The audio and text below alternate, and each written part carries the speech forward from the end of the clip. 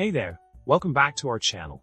Today, we're diving into a common problem that many people might encounter when using their devices. The problem revolves around a specific issue that can cause frustration and confusion for users. Looking into it, the solution to this problem involved a simple yet effective approach. By following the steps provided, users can quickly resolve the issue and get back to using their devices without any hassle. It's essential to pay close attention to the solution and ensure that each step is followed carefully to achieve the desired result. Now, let's recap what we've covered in this video. We discussed the common problem that users may face while using their devices and provided a straightforward solution to resolve it.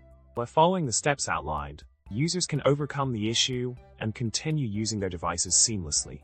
If you found this video helpful, don't forget to subscribe to our channel, give this video a thumbs up, and leave a comment below with your thoughts. Remember, stay tuned for more tech tips and solutions. Thank you for watching.